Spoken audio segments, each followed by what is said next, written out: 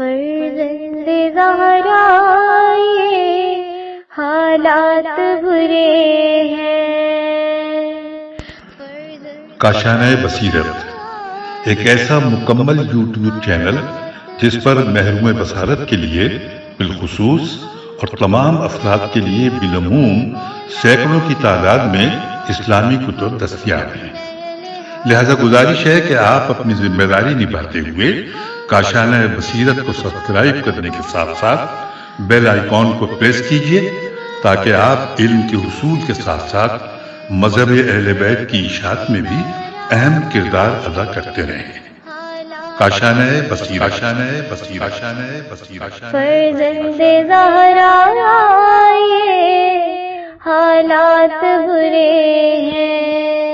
اعوذ باللہ من الشیطان الرجیم، بسم اللہ الرحمن الرحیم۔ کاشانۂ بصیرت کے قابل احترام سامعین کرام، السلام علیکم۔ کتاب پند تاریخ کی جلد نمبر 2 کی ریڈنگ کے اس خوبصورت سلسلے کے ساتھ آپ کی خدمت میں حاضر ہیں۔ چھٹے باب کا آغاز ہو رہا ہے جس کا عنوان ہے حسد کی تباہ کاریاں۔ اس کی فہرست آپ کے سامنے بیان کرتے ہیں۔ حاسد کا انجام 144، امام علی نقی علیہ السلام پر حسد 146، حسد نے آدم کو جنت سے بے دخل کیا 148، حضرت عیسیٰ اور حاسد 150، حسد میں کتنی قوت موجود ہے 151، دنیا میں پہلا قتل حسد کی وجہ سے ہوا 153، امام محمد تقی علیہ السلام کو حسد کی وجہ سے شہید کیا گیا 155، عورتوں میں حسد 159، حضرت علی علیہ السلام کا فیصلہ 161، غیر محتاط خوش آمدی 165، ابلیس اور فرعون کے دروازے پر 168، چند روایات 169۔ اب ہم آغاز کرتے ہیں پیج نمبر 144 سے۔ حسد کی تباہ کاریاں، پہلا واقعہ حاسد کا انجام۔ معتصم باللہ مشہور عباسی خلیفہ گزرا ہے۔ ایک بادیہ نشین سے اس کی دوستی ہو گئی اور دوستی اس قدر مستحکم ہوئی کہ وہ دیہاتی اجازت کے بغیر اسے ہر وقت مل سکتا تھا۔ اس دیہاتی کی عادت تھی کہ وہ ہمیشہ یہ الفاظ کہا کرتا تھا، خدایا نیک کو جزا دے اور برے کو سزا دے۔ معتصم کا ایک وزیر نہایت تنگ نظر تھا۔ معتصم سے دیہاتی کی یہ دوستی اسے ایک آنکھ نہ بھاتی اور وہ دل میں سوچا کرتا کہ اگر اس دیہاتی کا اثر و رسوخ مزید بڑھ گیا تو ممکن ہے کہ خلیفہ مجھے معزول کر کے میری جگہ اس دیہاتی کو ہی کہیں اپنا وزیر نہ بنا لے۔ چنانچہ وہ اپنے ذہن میں ہمیشہ اس کو رسوا کرنے کے بہانے تراشا کرتا تھا۔ آخر کار اس نے دیہاتی سے دوستی کر لی اور اسے اپنے گھر دعوت طعام دے ڈالی۔ دیہاتی اس کے گھر گیا، کھانا کھایا۔ سالن میں لہسن زیادہ ڈالا گیا تھا۔ جب دیہاتی کھانے سے فارغ ہوا تو وزیر نے اس سے پوچھا کہ اب وہ کہاں جائے گا؟ دیہاتی نے کہا میں خلیفہ کے دربار جاؤں گا۔ وزیر نے اس سے کہا تم نے جو سالن کھایا ہے اس میں لہسن زیادہ تھی اور بادشاہ کو لہسن کی بو سے نفرت ہے، لہٰذا جب تم دربار میں جا کے بیٹھو تو اپنے منہ پر ہاتھ رکھ کر بیٹھنا۔ اس کے بعد وہ وزیر اس دیہاتی کے جانے سے پہلے خلیفہ کے پاس پہنچا اور کہا کہ آپ نے اس جاہل دیہاتی کو خواہ مخواہ سر پر چڑھایا ہوا ہے، جبکہ اس کی حالت یہ ہے کہ وہ لوگوں میں کہتا رہتا ہے کہ خلیفہ کے منہ سے ہر وقت بدبو آتی ہے اور میں اس بدبو سے بہت تنگ ہوں۔ کچھ دیر بعد دیہاتی معتصم کے دربار میں داخل ہوا اور خلیفہ کے نزدیک ایک کرسی پر بیٹھ گیا، مگر آج اس نے خلاف معمول منہ پر ہاتھ رکھا ہوا تھا۔ خلیفہ کو یہ دیکھ کر وزیر کی بات کا یقین آ گیا۔ خلیفہ نے ایک رقعہ لکھ کر اسے لفافے میں بند کیا اور اس پر اپنی مہر لگائی۔ پھر یہ رقعہ اپنے دیہاتی دوست کو دے کر کہا کہ یہ تم فلاں کے پاس لے کر چلے جاؤ۔ دیہاتی وہ رقعہ لے کر جا رہا تھا کہ راستے میں وزیر سے ملاقات ہوئی۔ وزیر نے پوچھا کہ تم کہاں جا رہے ہو؟ اس نے بتایا کہ خلیفہ کا یہ رقعہ لے کر فلاں حکومت کے کارندے کے پاس جا رہا ہوں۔ وزیر سمجھا کہ ہو نہ ہو اس رقعے میں خلیفہ نے اس کے لیے انعام کی سفارش کی ہے، لہٰذا وزیر نے اس سے کہا تم یہ رقعہ خود لے کر نہ جاؤ، یہ رقعہ مجھے دے دو، میں تمہاری جگہ چلا جاتا ہوں۔ دیہاتی نے جتنا انکار کیا وزیر کا اصرار اتنا ہی بڑھتا گیا۔ آخر کار وزیر نے 2000 دینار کے عوض اس سے رقعہ حاصل کر لیا۔ دیہاتی رقم لے کر اپنے گھر چلا گیا۔ وزیر نے وہ رقعہ متعلقہ شخص کو پہنچایا۔ رقعے میں تحریر تھا کہ اس بے ادب کا سر قلم کر دیا جائے۔ چنانچہ حکم کی فوری تعمیل ہوئی اور خلیفہ کے ملازم نے بے دریغ وزیر کا سر قلم کر دیا۔ خلیفہ کو وزیر چند روز تک جب دکھائی نہ دیا تو اس نے وزیر کے متعلق پوچھا کہ ہمارا وزیر کہاں گیا؟ درباریوں نے بتایا کہ آپ نے خود رقعہ لکھ کر اسے دیا تھا اور وہ قتل ہو گیا ہے۔ خلیفہ نے کہا اس دیہاتی کا تمہیں کوئی پتہ ہے؟ تو انہوں نے کہا جی ہاں، وہ شہر آیا ہوا ہے۔ خلیفہ نے کہا اسے میرے سامنے پیش کیا جائے۔ تھوڑی دیر بعد دیہاتی خلیفہ کے سامنے کھڑا تھا۔ خلیفہ نے اس سے واقعات کی تفصیل دریافت کی تو اس نے سارا واقعہ سنایا۔ پورا واقعہ سن کر معتصم باللہ نے کہا کہ خدا حسد کو برباد کرے، اس نے حاسد سے ہی ابتدا کی۔ اسی لیے بزرگوں کی سے ایک ضرب المثل چلتی آ رہی ہے کہ یعنی جو دوسروں کے لیے گڑھا کھودتا ہے وہ خود اس میں گرتا ہے۔ ثمرۃ الاوراق ابن حجت حموی کا ریفرنس۔ اگلا واقعہ امام علی نقی علیہ السلام سے حسد۔ متوکل عباسی کے جسم کے حساس مقام پر پھوڑا نکلا اور وہ پھوڑا کسی طرح سے پھٹنے میں نہ آیا۔ متوکل کو سخت درد محسوس ہوتا تھا اور درد کی وجہ سے اس کی چیخیں نکلتی تھیں۔ معالجین شاہی نے بڑے بڑے علاج کیے لیکن کسی طور سے کوئی شفا نہ ملی۔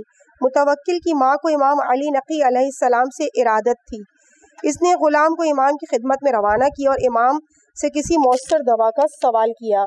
امام علیہ السلام نے فرمایا کہ بکریوں کی وہ مینگنیاں جو ان کے اپنے پاؤں سے پامال ہوئی ہوں لے کر اس میں عرق گلاب اور بکریوں کے گھی کی آمیزش کر کے پھوڑے پر باندھ دیا جائے۔ جب معالجین نے یہ نسخہ سنا تو ہنسنے لگے اور کہا یہ بھی کوئی دوا ہے؟ متوکل کی ماں نے معالجوں کو ہٹا دیا اور خود ہی یہ نسخہ تیار کر کے اپنے بیٹے کے پھوڑے پر باندھا۔ خدا کی قدرت سے درد تو اسی وقت رک گیا اور کچھ دیر بعد پھوڑا خود بخود پھٹ گیا اور اس میں سے بکثرت فاسد مواد نکلا۔ چند دنوں میں متوکل صحتیاب ہو گیا۔ اس نے امام علی نقی علیہ السلام کی خدمت میں 10,000 دینار کی مہر لگی ہوئی تھیلی بطور نذرانہ بھیجی۔ چند دنوں کے بعد حاسدوں نے متوکل سے کہا کہ آپ نے جو 10,000 دینار امام علی نقی علیہ السلام کے پاس بھیجے تھے، امام ان سے اسلحہ خرید رہے ہیں اور اپنی ایک فوج تیار کر رہے ہیں اور انہیں جیسے ہی موقع ملا وہ آپ کے خلاف خروج کریں گے۔ متوکل حاسدوں کی بات سن کر بدگمان ہو گیا۔ ایک رات اس نے وزیر دربار سعید کو بلا کر کہا کہ تم اس تاریکی میں اپنے ساتھ چند فوجی جوان لے کر امام علی نقی علیہ السلام کے گھر داخل ہو جاؤ اور ان کے سارے گھر کی تلاشی لو۔ اگر تمہیں کہیں اسلحہ نظر آئے تو فوراً میرے سامنے پیش کر دو۔ سعید حاجب اپنے ساتھ فوجی دستہ لے کر چلا اور سیڑھی لگا کر امام کے صحن میں داخل ہو گیا۔ رات تاریک تھی، اسے یہ فیصلہ کرنے میں دقت ہو رہی تھی کہ وہ پہلے کون سے کمرے کی تلاشی لے۔ اتنے میں امام علی نقی علیہ السلام کی آواز آئی، سعید وہیں رک جاؤ، میں تمہارے لیے چراغ بھیجتا ہوں۔ یہ سن کر سعید متعجب ہوئے، امام نے مجھے کیسے پہچان لیا؟ اتنے میں ایک غلام چراغ لیے ہوئے آیا، اس کے ہاتھوں میں چابیوں کا گچھا تھا۔ غلام نے کہا کہ امام فرما رہے ہیں کہ تم پورے سکون سے میرے گھر کی تلاشی لے لو اور جتنے بھی تمہیں ہتھیار نظر آئے وہ حاکم کے پاس روانہ کر کے آخر میں میرے پاس آ جاؤ۔ غلام نے ایک ایک کر کے تمام کمروں کو کھولا، ان میں سے کچھ بھی برآمد نہ ہوا۔ آخر میں غلام سعید کو لے کر آپ علیہ السلام کے مقام عبادت پر لے آیا، جہاں ایک پرانی چٹائی بچھی ہوئی تھی اور امام اس پر عبادت الہی میں مصروف تھے۔ آپ کے ایک پہلو میں ایک تلوار جو نیام میں بند تھی رکھی ہوئی تھی اور آپ کے دوسرے پہلو میں خلیفہ کی مہر لگی ہوئی تھیلی رکھی ہوئی تھی۔ امام علی نقی علیہ السلام نے فرمایا، سعید دیکھ لو، اسباب سلطنت میں سے ہمارے پاس صرف ایک تلوار ہے اور ایک اشرفیوں کی تھیلی ہے جو چند روز قبل حاکم نے خود بھیجی تھی اور میں نے تو اس تھیلی کو ابھی تک ہاتھ نہیں لگایا۔ تم یہ تھیلی اور تلوار لے کر حاکم کے پاس جاؤ اور اس سے صورتحال سے آگاہ کرو۔ متوکل نے سعید کی زبانی تمام حالات سنے اور پھر اپنی بھیجی ہوئی تھیلی دیکھی جس کی مہر بھی ٹوٹی ہوئی نہ تھی تو بڑا شرمندہ ہوا اور حاسدین کو سزائیں دی اور پھر اس تھیلی کے ساتھ ایک اور تھیلی بھی امام کی خدمت میں روانہ کی۔ ریفرنس لطائف الطوائف صفحہ نمبر 58۔ اگلا واقعہ حسد نے آدم علیہ السلام کو جنت سے بے دخل کیا۔ شیخ صدوق علیہ الرحمہ نے عیون اخبار رضا میں ابا سلط ہروی سے روایت کی ہے کہ میں نے امام علی رضا علیہ السلام کی خدمت میں عرض کی کہ آدم اور حوا علیہ السلام کو جس درخت سے روکا گیا تھا وہ کون سا درخت تھا؟ کیونکہ بعض لوگ کہتے ہیں کہ وہ گندم کا درخت تھا، اور بعض لوگ اسے انگور کا درخت بتاتے ہیں، اور بعض لوگ اسے شجرہ حسد کہتے ہیں۔ اصل حقیقت سے مجھے آگاہ فرمائیے۔ امام علی رضا علیہ السلام نے فرمایا کہ یہ سب باتیں درست ہیں۔ ابو سلط کہتے ہیں کہ میں نے عرض کی مولا یہ سب باتیں کیسے درست ہیں؟ تو آپ نے فرمایا ابو سلط، جنت کے درخت دنیا کے درختوں کی طرح نہیں ہے، بلکہ ان میں سے ایسے درخت بھی ہیں جن پر 2 طرح کا پھل لگتا ہے۔ جنت میں ایسے درخت ہیں کہ جن پر بیک وقت گندم کا خوشہ اور انگور کا گچھا لٹکتا ہے۔ جب اللہ تعالیٰ نے آدم کو عظمت عطا کی اور انہیں مسجود ملائک کا شرف عطا ہوا تو ان کے دل میں خیال آیا کہ مجھ سے بہتر اللہ نے کسی کو پیدا ہی نہیں کیا۔ اللہ نے آدم علیہ السلام کے خیال کو جان کر انہیں خطاب کیا، آدم اپنے سر کو بلند کر کے ساق عرش کی طرف نگاہ کرو۔ جب آدم نے نگاہ کی تو ساق عرش پر یہ جملے لکھے ہوئے پائے، لا الہ الا اللہ محمد الرسول اللہ علی ابن ابی طالب امیر المؤمنین و فاطمہ سیدۃ النساء العالمین والحسن والحسین سید شباب اہل الجنہ من الخلق اجمعین۔ اللہ کے علاوہ کوئی عبادت کے لائق نہیں، محمد صلی اللہ علیہ وآلہ وسلم اللہ کے رسول ہیں، علی ابن ابی طالب علیہ السلام مومنوں کے امیر ہیں، اور فاطمہ سلام اللہ علیہا تمام جہانوں کی عورتوں کی سردار ہیں، اور حسن و حسین علیہ السلام تمام مخلوقات کے جوانان جنت کے سردار ہیں۔ آدم علیہ السلام نے پوچھا کہ خدایا یہ کون ہے؟ آواز قدرت آئی، یہ تمہاری نسل میں سے ہیں، لیکن وہ تم سے اور تمام تر مخلوقات سے افضل ہیں۔ اگر یہ نہ ہوتے تو میں تمہیں پیدا نہ کرتا اور جنت و دوزخ اور زمین و آسمان کو پیدا نہ کرتا۔ خبردار انہیں حسد سے نہ دیکھنا اور ان کے مقام و منزلت کی تمنا نہ کرنا۔ امام رضا علیہ السلام نے فرمایا کہ پھر آدم علیہ السلام نے انہیں اس نگاہ سے دیکھا جس نگاہ سے دیکھنا نہیں چاہیے تھا، اور اپنے لیے ان کے مقام کی تمنا کی۔ اسی لیے شیطان ان پر مسلط ہو گیا اور انہیں شجرہ ممنوعہ کے قریب لے گیا اور انہوں نے اس کا پھل کھایا۔ ابلیس حوا پر بھی مسلط ہو گیا، پس انہوں نے خاتون قیامت کو نگاہ حسد سے دیکھا اور ان کے مقام کی تمنا کی، اس لیے اللہ نے ان دونوں کو جنت سے نکال دیا اور زمین پر انہیں رہائش دی۔ بہار الانوار کی جلد نمبر 11 اور طبع جدید کا صفحہ نمبر 160، جلد نمبر 11 کے طبع جدید کا صفحہ نمبر 163۔ اگلا واقعہ حضرت عیسیٰ علیہ السلام اور حاسد۔ داؤد رقی کہتے ہیں کہ میں نے امام صادق علیہ السلام سے سنا، آپ فرماتے تھے کہ حسد سے بچو، ایک دوسرے سے حسد نہ کرو۔ حضرت عیسیٰ علیہ السلام کی شریعت میں سیر و سیاحت کا حکم تھا۔ ایک مرتبہ حضرت عیسیٰ اپنے آپ کو اپنے ایک کوتاہ قد شاگرد کو ساتھ لے کر کہیں جا رہے تھے کہ راستے میں دریا آ گیا۔ حضرت عیسیٰ علیہ السلام نے کہا کہ بسم اللہ کے نام کے سہارے اور اس پر یقین کی صحت کے سہارے کہہ کر جیسے ہی دریا میں قدم رکھا اور لہروں پر چلنا شروع کر دیا۔ شاگرد نے بھی استاد کی تقلید کی اور یہی جملے کہے اور دریا پہ قدم رکھا۔ لہروں پر چلتے ہوئے حضرت عیسیٰ کے قریب پہنچ گیا، پھر وہ دل میں سوچنے لگا کہ عیسیٰ بھی لہروں پر چلتے ہیں اور آج میں بھی تلاطم خیز لہروں پر چل رہا ہوں، مجھ میں اور عیسیٰ میں کیا فرق ہے؟ یہ سوچنے کی دیر تھی کہ غوطے لگانے لگا اور عیسیٰ کو مدد کے لیے پکارنے لگا۔ حضرت عیسیٰ علیہ السلام نے اس کے بازو کو پکڑا اور فرمایا کہ تم نے کیا سوچا جس کی وجہ سے تم ڈوبنے لگے؟ شاگرد نے کہا کہ میں آپ کے پیچھے لہروں پر چلتا ہوا آ رہا تھا کہ دل میں سوچنے لگا کہ عیسیٰ کو مجھ پر کیا فضیلت حاصل ہے جبکہ ہم دونوں ہی لہروں پر چل رہے ہیں۔ حضرت عیسیٰ علیہ السلام نے فرمایا، بندہ خدا، تو نے بلند پرواز شروع کر دی اور اپنے نفس کی تعریف کی، اسی لیے تجھ پر اللہ کا غضب نازل ہوا۔ اللہ کے حضور توبہ کر تاکہ تجھے سابقہ مقام دوبارہ مل سکے۔ اس نے فوراً توبہ کی اور حضرت عیسیٰ علیہ السلام کے پیچھے چلنے لگا۔ پھر امام صادق علیہ السلام نے فرمایا، خدا سے ڈرو اور حسد سے پرہیز کرو اور یاد رکھو کہ حسد کی بنیاد خود پسندی پر ہے۔ اگلا واقعہ، حسد میں کتنی قوت موجود ہے۔ موسیٰ ہادی کے عہد حکومت میں بغداد میں ایک دولت مند شخص رہتا تھا جس کا ہمسایہ ہمیشہ اس سے حسد کیا کرتا تھا، لیکن اس کے حسد کا دولت مند کی ذات پر کوئی اثر نہ ہوتا تھا۔ حاسد نے اپنے جذبہ حسد کو تسکین دینے کے لیے ایک لڑکا بازار سے خریدا، اس کی خوب تربیت کی یہاں تک کہ وہ جوان ہو گیا۔ ایک دن اس نے غلام کو بلا کے کہا کہ بیٹا، میں نے تم سے ایک کام کرانا ہے، بتاؤ سر انجام دو گے؟ غلام نے کہا یہ بھی کوئی پوچھنے والی بات ہے، آپ جو حکم کریں گے میں اس کی تعمیل کروں گا۔ اگر آپ مجھے دریا یا آگ میں بھی چھلانگ لگانے کا حکم دیں گے تو بھی آپ کے فرمان کی تعمیل کروں گا۔ غلام کی وفاداری کو دیکھ کر اس نے اسے سینے سے لگایا، اس کی پیشانی کو چوما اور کہا مجھے امید ہے تم میرے کہنے پر عمل کرو گے۔ غلام نے کہا کہ آپ حکم تو کریں، میں آپ کے حکم کی ہر حال میں تعمیل کروں گا۔ مالک نے کہا کہ ابھی اس حکم کا وقت نہیں آیا، 1 سال بعد میں تمہیں اپنا کام بتاؤں گا۔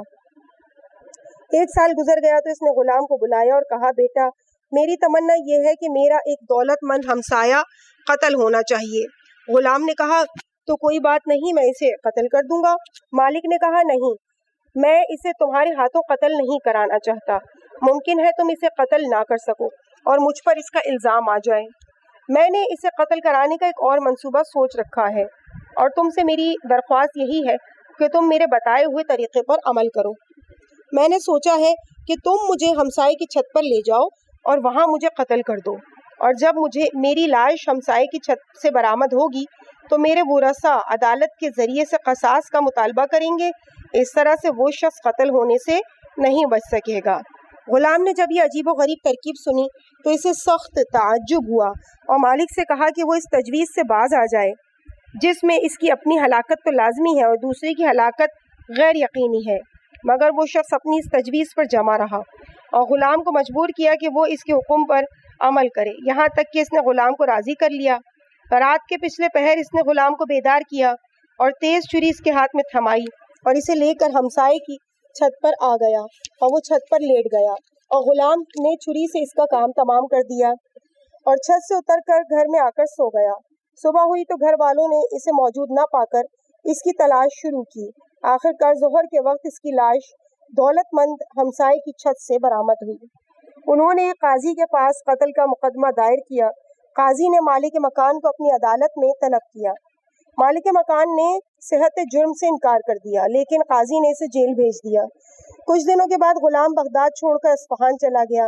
وہاں اسے اس کا ایک دوست ملا۔ اس نے چند گواہوں کے سامنے اس واقعے کا اقرار کیا تو انہوں نے والی اصفہان کو اس واقعے کی اطلاع دی۔ اصفہان کے والی نے غلام کو گرفتار کر کے بغداد بھیج دیا، جہاں اسے اس قاضی کی عدالت میں پیش کیا گیا جس کے پاس مقتول کا مقدمہ چل رہا تھا۔ قاضی نے غلام کے بیان کو سنا تو اس نے قیدی کو رہا کر دیا اور غلام کو بھی آزاد کر دیا۔ یوں ایک حاسد اپنے انجام کو پہنچا۔ اگلا واقعہ، دنیا میں پہلا قتل حسد کی وجہ سے ہوا۔ سلیمان بن خالد کہتے ہیں کہ میں نے امام جعفر صادق علیہ السلام کی خدمت میں عرض کی، میں آپ پر قربان جاؤں۔ لوگ گمان کرتے ہیں کہ آدم علیہ السلام نے اپنے بیٹے کی شادی اپنی بیٹی سے کی تھی۔ آپ نے فرمایا یہ جھوٹ ہے۔ پیغمبر خدا صلی اللہ علیہ وآلہ وسلم کا فرمان ہے، اگر آدم نے اپنی بیٹی کی شادی اپنے بیٹے سے کی ہوتی تو میں بھی زینب کی شادی قاسم سے کر دیتا اور آدم کی سنت سے روگردانی نہ کرتا۔ راوی کہتا ہے کہ میں نے عرض کی کہ لوگ کہتے ہیں کہ قابیل نے حابیل کو قتل اسی لیے کیا تھا کہ قابیل کی بہن بدصورت تھی اور وہ چاہتا تھا کہ اس کی شادی حابیل کی بہن سے ہو جائے، اس لیے ان کے درمیان جھگڑا ہوا اور قابیل نے حابیل کو قتل کر دیا۔ یہ سن کر امام صادق علیہ السلام نے فرمایا، تمہیں آدم علیہ السلام کی طرف اس فعل کی نسبت کرتے ہوئے حیا نہیں آتی؟ راوی کہتا ہے میں نے پوچھا پھر قابیل نے حابیل کو کس لیے قتل کیا تھا؟ آپ نے فرمایا قابیل نے حابیل کو جانشینی اور امتیاز الہی کی وجہ سے قتل کیا تھا، کیونکہ اللہ تعالیٰ نے حضرت آدم علیہ السلام کو وحی فرمائی کہ وہ اسم اعظم اور اپنی وصایت کے لیے حابیل کو مقرر فرمائیں۔ قابیل حابیل سے بڑا تھا اور جیسے ہی سے معلوم ہوا کہ باپ کا جانشین میرا چھوٹا بھائی بن رہا ہے تو اسے بہت غصہ آیا اور کہا کہ میں بڑا ہوں اور میں ہی جانشینی کا زیادہ حق رکھتا ہوں۔ اللہ تعالیٰ نے آدم کو وحی فرمائی کہ وہ اپنے بیٹوں کو قربانی کا حکم دیں، جس کی قربانی پر آسمانی آگ آ جائے گی تو اس کی قربانی قبول ہے، اور جس پر نہ آئے اس کی قربانی مقبول ہے۔ حابیل بھیڑیں چرایا کرتے تھے اور قابیل کاشتکاری کیا کرتا تھا۔ حابیل نے اپنے ریوڑ میں سے موٹی تازی بھیڑ کا انتخاب کیا اور قابیل گندم کے چند بیکار سٹے لے کر آیا۔ دونوں نے اپنی قربانیوں کو ایک جگہ پر رکھا۔ تھوڑی دیر کے بعد آسمانی آگ حابیل کی قربانی پر جا پڑی اور قابیل کی قربانی کو اللہ نے نامنظور کر دیا۔ یہ دیکھ کر قابیل کے سینے میں آتش حسد بھڑکی اور ابلیس نے اسے مزید شعلہ ور کیا اور اس کے ذہن میں یہ بات ڈالی کہ معاملہ تم دونوں بھائیوں تک محدود نہیں رہے گا، بلکہ حابیل کی آنے والی نسل تمہاری نسل پر فخر و مباحات کرے گی اور تمہاری نسل کو ہمیشہ تانے دیتی رہے گی۔ پھر ایک دن قابیل نے حابیل کے گریبان کو پکڑا اور ایک پتھر سے اسے قتل کر دیا۔ قتل کے بعد پریشان ہوا کہ وہ بھائی کے لاشے کو کیسے ٹھکانے لگائے۔ آخر اللہ نے ایک کوے کو بھیجا جس نے آ کر اسے دفن کرنے کی ترکیب بتائی۔ کوے کو دیکھ کر اس نے کہا، ہائے میری بد نصیبی، میرے پاس تو کوے جتنی بھی عقل نہ تھی کہ میں اپنے بھائی کو دفنا سکتا۔ پھر شیطان نے زمین پر بت پرستی کا پہلا کاشانہ تیار کیا اور قابیل سے کہا کہ تجھے معلوم ہے تیری قربانی قبول کیوں نہ ہوئی؟ اس نے کہا، مجھے اس کا سبب معلوم نہیں۔ شیطان نے کہا، اس کی وجہ یہ ہے کہ تو نے آج تک آگ کی تعظیم نہیں کی تھی۔ اگر تو اپنی قربانی کو منظور کرانے کا خواہش مند ہے تو پھر آتش پرستی اختیار کر۔ دنیا انسانیت میں قابیل پہلا شخص ہے جس نے آتش پرستی کی۔ نقل از دو روایت بہار الانوار جلد نمبر 11 کا صفحہ نمبر 228 اور 245۔ اگلا واقعہ، امام محمد تقی علیہ السلام کو حسد کی وجہ سے شہید کیا گیا۔ زرقان احمد بن ابی داؤد کا قریبی دوست تھا اور احمد بن ابی داؤد معتصم عباسی کے دور میں قاضی القضاء کے عہدے پر فائز تھا۔ زرقان کہتا ہے کہ میں ایک مرتبہ قاضی کے گھر بیٹھا ہوا تھا اور قاضی دربار معتصم سے اس حالت میں واپس آیا کہ اس کا چہرے پر غصے کی وجہ سے سیاہ ہو چکا تھا اور آتے ہی کہنے لگا، کاش میں آج سے 20 سال پہلے ہی مر گیا ہوتا اور مجھے یہ روز بد دیکھنا نصیب نہ ہوتا۔ پھر قاضی نے کہا، آج دربار میں رضا کے فرزند محمد تقی نے مجھے رسوا کیا۔ زرقان کہتا ہے کہ میں نے پوچھا کہ واقعہ کیا ہوا۔ قاضی احمد نے بتایا کہ آج معتصم کے پاس ایک چور کو لایا گیا۔ شہادتیں مضبوط تھیں اور چور نے بھی چوری کا اقرار کر لیا تھا۔ معتصم نے دربار میں مجھ سے پوچھا کہ اس کی حد شرعی کیا ہے۔ میں نے کہا، اس کے ہاتھ کی ہتھیلی کاٹ دی جائے۔ معتصم نے کہا، تمہارے پاس اس کی کیا دلیل ہے؟ میں نے کہا کہ چور کے متعلق حد شرعی تو اللہ تعالیٰ نے قرآن مجید میں یہ بیان کی ہے کہ چوری کرنے والا مرد ہو یا عورت تو ان کے ہاتھ کاٹ دو۔ اور دیکھتے ہیں کہ لفظ ید ہاتھ کا اطلاق کہاں تک ہوتا ہے، تو اس کے لیے آیت تیمم موجود ہے۔ تیمم میں چہروں اور ہاتھوں کا مسح کرو، اور یہ بات مسلم ہے کہ تیمم میں ہاتھ کی ہتھیلی پر ہی مسح کیا جاتا ہے، لہٰذا لفظ ید کا اطلاق ہاتھ کی ہتھیلی پر ہوتا ہے۔ دربار میں موجود بعض علماء نے مجھ سے اختلاف کرتے ہوئے فتویٰ دیا کہ چور کا پورا بازو کندھے سے کاٹ دینا چاہیے۔ ان کی دلیل یہ تھی کہ قرآن مجید میں چور کے ہاتھ کاٹنے کا حکم دیا گیا ہے، اس کی تعین نہیں کیا گیا، اور کندھے سے لے کر انگلیوں تک پورے بازو کو ہاتھ کہا جاتا ہے، لہٰذا پورے بازو کو چھوڑ کر صرف ہتھیلی کو کاٹنا درست نہیں۔ دربار میں اس وقت امام محمد تقی بھی موجود تھے۔ خلیفہ نے ان کی طرف رخ کر کے کہا، آپ ہمیں اپنے نظریے سے آگاہ فرمائیں۔ امام محمد تقی نے کہا، اس سلسلے میں علماء اپنے خیالات کا اظہار کر چکے ہیں، لہٰذا مجھ سے میرا نظریہ پوچھنے کی کوئی ضرورت نہیں۔ خلیفہ نے کہا، میں آپ کو خدا کی قسم دیتا ہوں کہ آپ اس مسئلے میں اپنا نظریہ ضرور بیان کریں۔ تو امام جواد نے کہا کہ تم نے اب جبکہ مجھے قسم دے دی ہے تو سنو، علماء اہل سنت نے جو حد شرعی بیان کی ہے اس میں انہیں اشتباہ ہوا ہے۔ چور کا ہاتھ نہ تو ہتھیلی سے کاٹا جائے گا اور نہ ہی اس کا مکمل بازو قلم کیا جائے گا، بلکہ اس کی 4 انگلیاں ہی کاٹی جائیں گی، اس کی ہتھیلی اور انگوٹھے کو چھوڑ دیا جائے گا۔ خلیفہ نے پوچھا، آپ کے پاس اس کی کیا دلیل ہے؟ امام نے کہا، کوئی مسلمان چوری کرنے کے بعد کافر نہیں ہو جاتا، وہ بدستور مسلمان رہتا ہے، اور مسلمان پر نماز فرض ہے، اور نماز کا اہم رکن سجدہ ہے، اور رسول کریم صلی اللہ علیہ وآلہ وسلم کا فرمان ہے کہ سجدہ 7 اعضاء پر ہوتا ہے، چہرہ، 2 ہاتھ، 2 گھٹنے اور 2 پاؤں، اور جب تم کسی کے ہاتھ کو ہتھیلی یا کوہنی سے قطع کر دو گے تو اس کے پاس ہاتھ ہی نہیں رہے گا تو وہ سجدہ کیسے کرے گا؟ اور اللہ تعالیٰ کا فرمان یہ ہے کہ سجدے کے مقامات اللہ ہی کے لیے ہیں، اور جو چیز ہے ہی اللہ کی تو اسے قطع نہیں کیا جا سکتا۔ معتزم نے جیسے ہی ان کا استدلال سنا تو وہ بے حد خوش ہوا، اور امام جواد علیہ السلام کے فتوے کے مطابق اس نے چور کی 4 انگلیاں کاٹنے کا حکم دیا۔ زرقان کہتا ہے کہ میں دیکھتا رہا کہ قاضی اپنے نظریے کے ابطال پر سخت افسردہ رہا کرتا تھا۔ وہ 3 دن کے بعد خلیفہ کے پاس گیا اور کہا کہ میں آپ کا نمک خوار ہوں اور نمک حلالی کو اپنے لیے فرض سمجھتا ہوں۔ مجھے اندیشہ ہے کہ اگر میں نے آپ کو خیر خواہی نہ کی تو میں دوزخ کا ایندھن بن جاؤں گا۔ خلیفہ نے پوچھا بتاؤ کیا کہنا چاہتے ہو؟ تو قاضی نے کہا کہ دربار میں جب آپ کے پاس علماء فقہا کی علمی بحثیں ہوتی ہیں تو اس وقت عمراء و وزراء اور دیگر اعیان سلطنت بھی موجود ہوتے ہیں، اس لیے یہ بحثیں دربار ہی میں ختم نہیں ہو جاتی بلکہ ان کی بازگشت پورے ملک میں سنائی دیتی ہے۔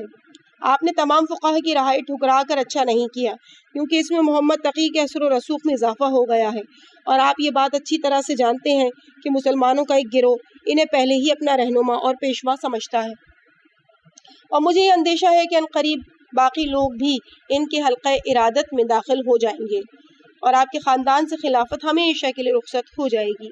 بادشاہ حاسد قاضی کے الفاظ سے بہت متاثر ہوا اور کہا کہ تم نے میری آنکھیں کھول دی ہیں اور خدا اس خیر خواہی میں تمہیں جزا دے گا۔ چوتھے دن اس نے اپنے ایک کاتب کو حکم دیا کہ تم ایک دعوت کا انتظام کرو جس میں فرزند رضا کو بھی شامل کیا جائے۔ دعوت تیار ہوئی اور اس کے لیے امام تقی علیہ السلام کو مدعو کیا گیا، تو آپ نے فرمایا کہ تم بخوبی جانتے ہو کہ میں اس طرح کی دعوتوں میں شریک نہیں ہوتا، لیکن امام سے بار بار اصرار کیا گیا تو آپ اس دعوت میں شریک ہوئے۔ دسترخوان پر بیٹھے آپ کے سامنے طعام پیش کیا گیا، آپ نے ایک لقمہ توڑ کر کھایا تو زہر کا احساس ہوا، چنانچہ آپ اٹھ کر جانے لگے۔ صاحب خانہ نے کہا آپ اتنی جلدی کیوں واپس جا رہے ہیں؟ تو آپ نے فرمایا میں جتنی جلدی تمہارے گھر سے چلا جاؤں اتنا ہی بہتر ہے۔ اسی زہر کی وجہ سے 1 روز کے بعد آپ کی شہادت واقع ہوئی۔ اگلا واقعہ حسد، عورتوں میں حسد۔ ابن ابی لیلہ اہل سنت کے مشہور قاضی گزرے ہیں۔ ایک دن وہ منصور دوانقی کے پاس بیٹھے ہوئے تھے کہ منصور نے کہا بعض اوقات قاضیوں کے پاس بڑے دلچسپ مقدمے دائر ہوتے ہیں، اگر تمہارے پاس کبھی کوئی دلچسپ مقدمہ آیا ہو تو مجھے سناؤ۔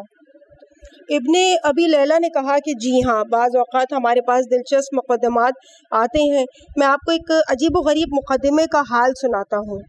ایک دن ایک بوڑھی اور بدصورت عورت میرے پاس آئی اور رو رو کر کہا کہ قاضی صاحب آپ مجھے انصاف دلائیں۔ میں نے پوچھا تم پر کس نے ظلم کیا؟ بڑھیا نے کہا مجھ پر میری بھتیجی نے ظلم کیا ہے، آپ اس کے ظلم کا ازالہ کر کے مجھے انصاف فراہم کریں۔ میں نے عدالت میں اس کی بھتیجی کو بلایا، وہ ایک انتہائی خوبصورت عورت تھی، میرا خیال ہے کہ جنت کی حوریں اس سے زیادہ حسین نہیں ہوں گی۔ میں نے اس خاتون کو دفاع کا حق دیتے ہوئے پوچھا کہ اصل واقعہ کیا ہے؟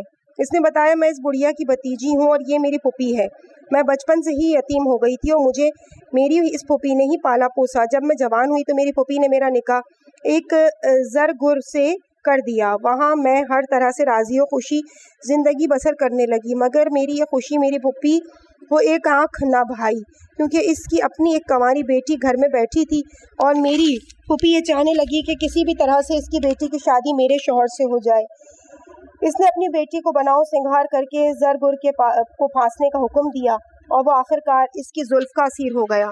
پھر میرے شوہر نے اس کی بیٹی کا رشتہ طلب کیا تو اس نے کہا میں اس شرط پر اپنی بیٹی تمہاری نکاح میں دوں گی کہ تم اپنی پہلی بیوی کی طلاق کا حق مجھے تفویض کرو۔ میرا شوہر جو کہ اس کی بیٹی کے کشتہ ناز تھا، اس نے میری طلاق کا حق میری پھوپھی کو تفویض کر دیا۔ اس کی بیٹی کی شادی کو ابھی چند ہی دن گزرے تھے کہ میری پھوپھی نے مجھے طلاق دے دی اور میں روتی دھوتی شوہر کے گھر سے پھوپھی کے گھر آ گئی۔ پھر میں نے اپنی پھوپھی سے انتقام لینے کا ارادہ کیا۔ جب اس کا شوہر گھر میں آتا تو میں خوب بن سنور کر اس کے سامنے جاتی، آہستہ آہستہ وہ میرا عاشق زار ہو گیا اور اس نے مجھ سے نکاح کی درخواست کی۔ میں نے نکاح کے لیے ایک شرط عائد کی کہ اگر وہ پہلے اپنی بیوی یعنی میری پھوپھی کو حق طلاق مجھے تفویض کرے تو میں اس سے نکاح کر لوں گی۔ بس میری پھوپھی کے شوہر نے بے چون و چرا مجھے اپنی بیوی کا حق طلاق تفویض کر دیا۔ پھر میں نے اس سے نکاح کر لیا اور دوسرے دن اپنے حق کا استعمال کرتے ہوئے میں نے اپنی پھوپھی کو طلاق دے دی اور یوں میری پھوپھی بڑھاپے میں بے آسرا ہو گئی۔ پھر قضائے قدرت سے چند ماہ بعد میرا یہ شوہر وفات پا گیا اور میں بیوہ ہو گئی۔ عدت کے ایام گزارنے کے بعد میرے پہلے شوہر یعنی زرگر نے مجھ سے پھر رابطہ کیا اور نکاح کی دعوت دی۔ میں نے اس سے یہی شرط لگائی کہ اگر وہ اپنی موجودہ بیوی کی طلاق کا حق مجھے تفویض کرے گا تو میں اس سے نکاح کر لوں گی۔ میرے سابق شوہر نے مجھے اپنا حق شرعی استعمال کرنے کی اجازت دے دی۔ پھر میں نے اس سے نکاح کر لیا اور چند دنوں کے بعد میں نے اپنی سوکن کو طلاق جاری کر دی۔ یہ تمام واقعات سنا کر اس عورت نے مجھ سے کہا کہ قاضی صاحب اب آپ خود فیصلہ کریں کہ میں نے کون سا جرم کیا ہے۔ میں اپنی پھوپھی کے بے جا حسد کا شکار ہوئی تھی اور میں نے اس کی تلافی کی ہے۔ ریفرنس اعلام الناس اقلیدی صفحہ نمبر 44۔ اگلا واقعہ حضرت علی علیہ السلام کا فیصلہ۔ ایک یتیم بچی کسی شخص کے گھر میں پرورش پاتی تھی۔ گھر کا مالک اکثر اوقات سفر پر رہتا تھا۔ آخر کار بچی سنے بلوغ پر پہنچی اور خدا نے اسے حسن و ادا سے مالا مال کیا۔ گھر میں خاتون خانہ نے سوچا کہ ممکن ہے اسے دیکھ کر میرے شوہر کی نیت بدل جائے، لہٰذا اس کا پہلے سے سدباب کرنا چاہیے۔ اس نے چند محلے دار عورتوں کو اپنے پاس بلایا اور لڑکی کو شراب پلا کر انگلی سے اس کی بکارت زائل کر دی۔ کچھ عرصے کے بعد اس کا شوہر گھر آیا اور بیوی سے یتیم بچی کا احوال دریافت کیا۔ عورت نے کہا کہ آپ اس کے متعلق کچھ نہ پوچھیں، اس نے اپنی عصمت تباہ کر لی ہے اور اپنی بکارت زائل کر چکی ہے۔ گھر کے مالک نے بچی کو بلا کر سوال کیا تو اس نے قسمیں کھا کھا کر اپنی پاک دامنی کی گواہی دی۔ عورت چند ہمسائی عورتوں کو اپنے شوہر کے پاس لائی جنہوں نے اس لڑکی کے گناہ گار ہونے کی گواہی دی۔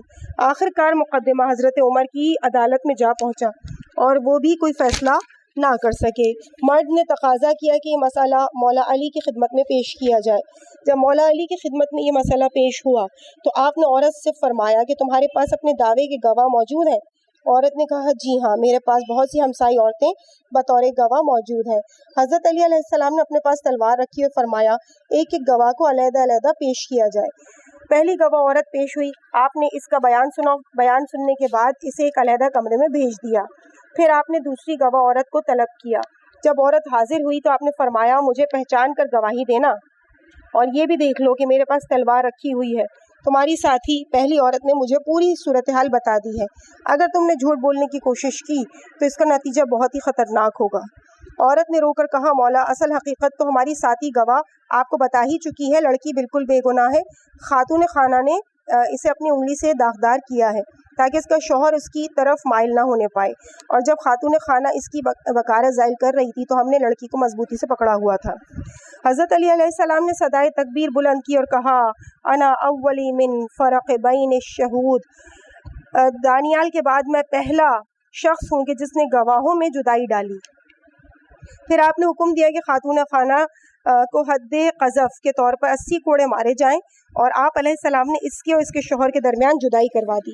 شوہر نے اسے طلاق دے دی اور آپ نے ہر ایک عورت پر 400 درہم جرمانہ عائد کیا۔ پھر آپ علیہ السلام نے اس مرد سے اس یتیم بچی کا نکاح کر دیا اور اسے حق مہر کی ادائیگی سے مستثنی قرار دے دیا۔ پھر حضرت عمر نے درخواست کی کہ آپ ذرا ہمیں دانیال پیغمبر علیہ السلام کے فیصلے سے بھی آگاہ فرمائیے۔ آپ نے فرمایا دانیال ماں باپ دونوں کی طرف سے یتیم تھے اور بنی اسرائیل کی ایک بوڑھی عورت کے ہاں پرورش پاتے تھے۔ اس زمانے میں بنی اسرائیل پر ایک بادشاہ حکومت کرتا تھا، اس کے پاس 2 قاضی تھے۔ اسی زمانے میں ایک نیک شخص بھی رہتا تھا جو کہ دونوں قاضیوں کا دوست تھا اور کبھی کبھی بادشاہ کے دربار میں بھی جایا کرتا تھا۔ بادشاہ کو سفارت کے لیے کسی امین شخص کی ضرورت محسوس ہوئی تو اس نے قاضیوں سے مشورہ کیا کہ آپ مجھے کسی امین شخص کا پتہ بتلائیں تاکہ میں اسے اپنے قاصد بنا کر ایک جگہ روانہ کر سکوں۔ دونوں قاضیوں نے اس مرد صالح کا نام پیش کیا۔ بادشاہ نے اس شخص کو قاصد بنا کر روانہ کیا تو اس نے روانہ ہوتے وقت دونوں قاضیوں سے درخواست کی کہ آپ میری عدم موجودگی میں میرے گھر کا دھیان رکھیں۔ وہ شخص روانہ ہو گیا۔ دونوں قاضی گاہے بگاہے اس کے گھر آتے اور اس کی بیوی سے گھر کی ضروریات کا پتہ کرتے۔ آہستہ آہستہ دونوں قاضیوں کی نیت خراب ہو گئی۔ عورت حسین تھی۔ دونوں قاضیوں نے عورت کو گناہ کی دعوت دی لیکن عورت نے ان کی دعوت کو ٹھکرا دیا۔ قاضیوں نے عورت سے کہا کہ اگر تو ہمارے کہنے پر عمل نہ کرے تو ہم تجھ پر زنا کا الزام لگائیں گے اور بادشاہ تیری سنگساری کا حکم جاری کر دے گا۔ قاضیوں کی دھمکی سن کر بھی عورت نے ان کی بات نہ مانی۔ پھر قاضیوں نے اس پر زنا کا الزام عائد کر دیا اور بادشاہ کے پاس گواہی دی کہ ہم نے اس عورت کو نامشروع فعل کرتے ہوئے دیکھا ہے۔ بادشاہ نے قاضیوں سے کہا کہ میں آپ کی گواہی رد نہیں کر سکتا، لیکن حد شرعی 3 دن کے بعد نافذ کروں گا۔ پھر بادشاہ نے پورے شہر میں منادی کرا دی کہ چوتھے دن فلاں عورت کو نامشروع کام کی وجہ سے سنسار کیا جائے گا۔ تیسرے دن بادشاہ نے وزیر سے کہا کہ وزیر، قاضیوں کی گواہی بھی معتبر ہے، لیکن میرا دل گواہی دیتا ہے کہ یہ عورت بے گناہ ہے۔ وزیر نے کہا کہ بادشاہ سلامت، میرا اپنا دل بھی عورت کو بے گناہ قرار دیتا ہے۔ پھر وزیر شہر کی طرف گیا، دیکھا کہ ایک سڑک کے کنارے بچے کھیل رہے ہیں اور ان میں دانیال علیہ السلام بھی موجود ہیں۔ دانیال علیہ السلام نے بچوں سے کہا کہ تم بیٹھ جاؤ، میں بادشاہ ہوں۔ دانیال علیہ السلام نے بچوں سے کہا کہ تم بیٹھ جاؤ، میں بادشاہ ہوں اور یہ 2 میرے قاضی ہیں، اور یہ وہ عورت ہے کہ جس پر قاضیوں نے الزام لگایا ہے۔ اب میں فیصلہ کروں گا۔ جب وزیر نے بچوں کا یہ کھیل دیکھا تو وہیں رک گیا اور دلچسپی سے عدالت کی کارروائی دیکھنے لگا۔ بچوں نے مٹی کا ڈھیر اکٹھا کیا جس پر دانیال اپنی تخت قرار دے کر بیٹھ گئے اور لکڑی کی ایک تلوار اپنے پاس رکھی۔ پھر حکم دیا کہ ایک قاضی کو عدالت میں پیش کیا جائے۔ چنانچہ ایک بچے کو ان کے پاس لایا گیا۔ دانیال نے پوچھا کہ بتاؤ کہ جب تم نے اس عورت کو دیکھا تو اس کے ساتھ فعل حرام کرنے والا مرد کون تھا، اور وقت کیا تھا، اور دن کون سا تھا، اور تم اس کے گھر کے کس دروازے سے داخل ہوئے تھے؟ بچے نے، جو قاضی بنا ہوا تھا، تمام سوالات کے جواب دیے۔ پھر دانیال نے کہا اس قاضی کو دوسرے قاضی سے نہ ملنے دیا جائے اور دوسرے قاضی کو میری عدالت میں پیش کیا جائے۔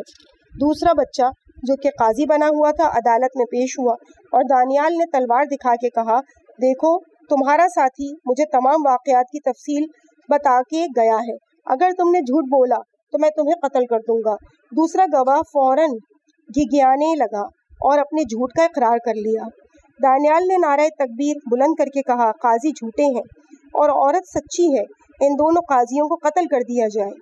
وزیر نے جیسے ہی دانیال کی عدالت کی کارروائی دیکھی تو دوڑتے ہوئے بادشاہ کے پاس گیا اور اسے ساری عدالتی کارروائی کی خبر دی۔ بادشاہ نے اسے اپنے لیے اشارہ غیبی سمجھا اور دونوں قاضیوں کو اپنے دربار میں بلایا اور دونوں سے علیحدہ علیحدہ بیان لیے تو قاضیوں کا جھوٹ کھل کر سامنے آ گیا۔ بادشاہ نے حکم دیا کہ قاضیوں کو قتل کر دیا جائے۔ ریفرنس بہار الانوار جلد نمبر 9 کا صفحہ نمبر 571، شرح قصیدہ ابی فراس صفحہ نمبر 36۔ اگلا واقعہ ہے غیر محتاط خوش آمدید۔ خالد بن صفوان کہتا ہے کہ میں عباسی خلیفہ صفاح کے دربار میں گیا۔ جب دربار میں خلوت ہوئی تو میں نے کہا اگر آپ اجازت دیں تو میں آپ کو ایک مشورہ دوں، لیکن شرط یہ ہے کہ اس دوران کوئی یہاں آنے نہ پائے۔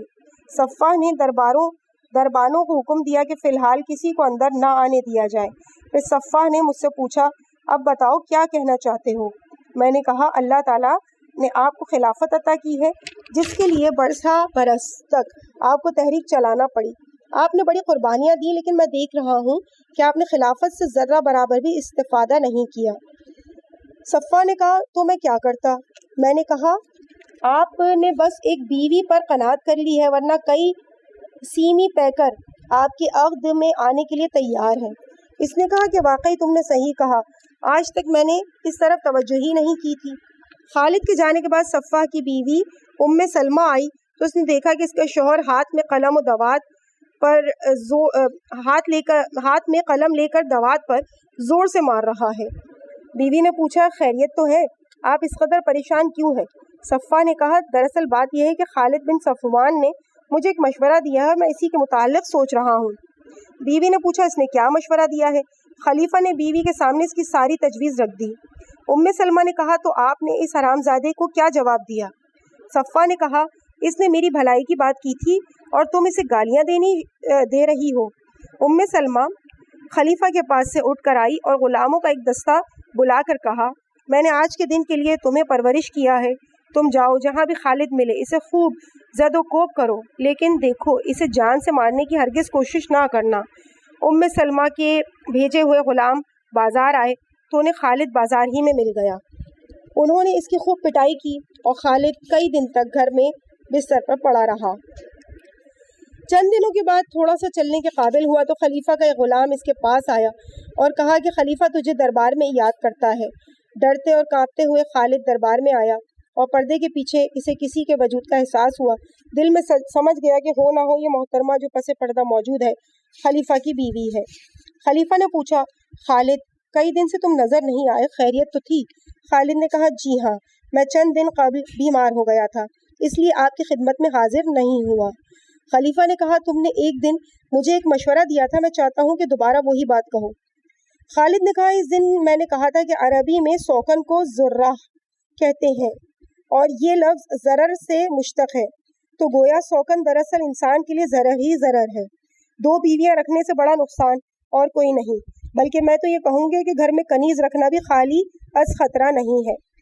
2 بیویوں کے شوہر کی مثال ایسے ہے کہ جیسے کوئی شخص 2 انگاروں کے درمیان لیٹا ہوا ہو، کبھی اس طرف کے انگارے کی تپش برداشت کرتا ہے اور کبھی دوسری طرف کے انگارے کی تپش برداشت کرنی پڑتی ہے۔ صفا نے کہا، نہیں، اس دن تو نے یہ بات نہیں کہی تھی۔ خالد نے کہا، کیوں نہیں؟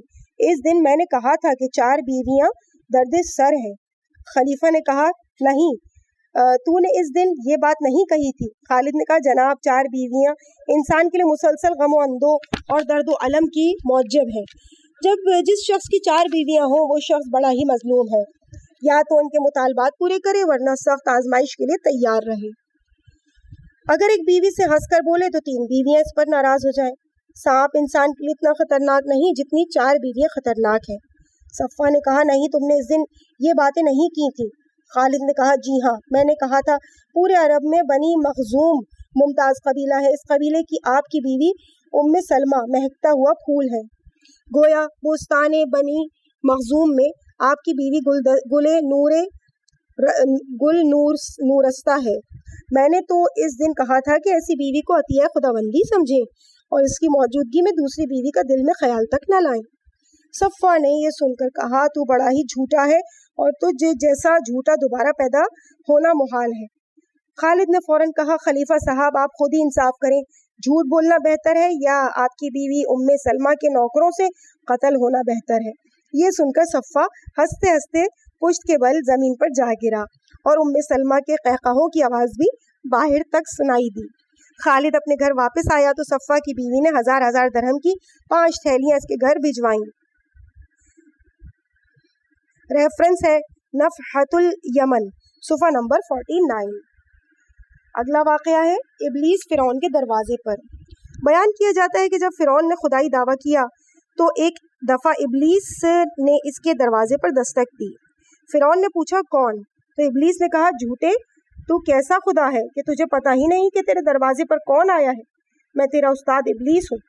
پھر فرعون اور ابلیس اکٹھے بیٹھے اور فرعون نے کہا کہ میں بہت بڑا مجرم ہوں اور تو بہت بڑا نمک حرام ہے، تیرا مشاہدہ بہت وسیع ہے، تجھے مجھ سے اور میرے اور اپنے سے برا بھی کوئی نظر آیا؟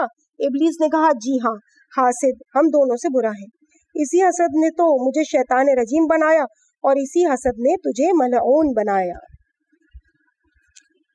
عزیزان، اس مقام پہ واقعات مکمل ہوئے۔ اب ہیڈنگ ہے چند روایات۔ وسائل کتاب جہاد نفس، صفحہ نمبر 517۔ رسول خدا صلی اللہ علیہ وآلہ وسلم نے ایک دن اپنے صحابہ سے کہا کہ متوجہ ہو جاؤ، تمہارے اندر پچھلی امتوں کی ایک بیماری سرایت کر گئی ہے اور اس بیماری کا نام حسد ہے۔ اس سے بال نہیں گرتے بلکہ یہ انسان کے دین کو تباہ کر دیتی ہے، اور اس سے بچنے کی یہی راہ ہے کہ انسان اپنے ہاتھ کو روکے رکھے اور زبان کی حفاظت کرے اور اپنے مومن بھائی کو تانا نہ دے۔ سفینۃ البحار جلد نمبر اول کے صفحہ نمبر 252 پر ہے۔ امام صادق علیہ السلام نے ابو جعفر بن نعمان احوال سے کہا کہ تم میں سے سب سے زیادہ مجھے ان لوگوں سے نفرت ہے جو بزرگ منش بنتے ہیں اور جو چغل خوری کرتے ہیں اور اپنے بھائیوں سے حسد کرتے ہیں۔ ان کا مجھ سے کوئی تعلق نہیں اور نہ ہی میرا ان سے کوئی واسطہ ہے۔ پھر آپ نے فرمایا، یہ میرے دوستو وہ لوگ ہیں جو ہمارے امر کو تسلیم کریں اور ہمارے نقش قدم پر چلیں اور ہماری تمام امور میں ہماری پیروی کریں۔ پھر آپ نے فرمایا، خدا کی قسم، اگر تم میں سے کوئی شخص روئے زمین کے برابر سونا اللہ کی راہ میں خرچ کر دے پھر کسی مومن سے حسد کرے تو وہ سونا دوزخ میں تپا کر اسی کو داغا جائے گا۔ مستدرک الوسائل کی جلد نمبر 2 کے صفحہ نمبر 327 پر ہے کہ امام جعفر صادق علیہ السلام نے فرمایا حاسد محسود سے پہلے اپنا نقصان کرتا ہے، جیسا کہ ابلیس کو حسد کی وجہ سے لعنت ملی اور آدم کو مقام اجتباء و ہدایت اور مقام عہد و استفاء ملا۔ اس لیے محسود بنو، حاسد نہ بنو، کیونکہ حاسد کا میزبان ہمیشہ ہلکا ہوتا ہے، حاسد کا میزان ہمیشہ ہلکا ہوتا ہے، اور اس کی وجہ یہ ہے کہ اس کی نیکیاں محسود کے نامہ اعمال میں منتقل ہو جاتی ہیں اور رزق اللہ کی طرف سے تقسیم ہو چکا ہے۔ پس حاسد کا حسد اسے کیا فائدہ دے گا اور محسود کو حسد کیا نقصان دے گا؟ حسد کی جڑ دل کا اندھا پن اور نعمت الہی کا انکار ہے، اور یہ دونوں صفتیں کفر کے لیے دو پر ہیں۔ اسی حسد نے ہی آدم علیہ السلام کے بیٹے کو ابدی حسرت میں ڈالا تھا، اور حسد نے ایسا اسے ہلاک کیا کہ جس سے چھٹکارے کی کوئی صورت نہیں۔ امام موسیٰ کاظم علیہ السلام نے حشام بن حکم سے فرمایا کہ معرفت و خدا شناسی کے بعد جو چیز انسان کو اللہ کے قریب کر سکتی ہے وہ نماز اور والدین سے نیکی اور حسد اور خود پسندی اور فخر کو چھوڑنا ہے۔ وسائل جہاد نفس صفحہ نمبر 517 پہ ہے کہ امام صادق علیہ السلام نے فرمایا 3 چیزیں ایسی ہیں کہ جن سے نبی بھی بچ نہیں سکے، دوسروں کی کیا بات ہے؟ خلقت و پیدائش کے وساوس میں غور و فکر کرنا، فعل بد لینا اور حسد، مگر مومن اپنے حسد کو استعمال نہیں کرتا۔ عزیز سامعین، اس مقام پہ اس باب کا اختتام ہوا، اور انشاءاللہ اس سے آگے کی ریڈنگ کو یعنی باب ہفتم کو آپ کے سامنے اگلی ریڈنگ کے پارٹ میں پیش کیا جائے گا۔ پیج نمبر ہوگا 172۔ مجھے اپنی دعاؤں میں یاد رکھیے گا۔ والسلام علیکم ورحمۃ اللہ وبرکاتہ۔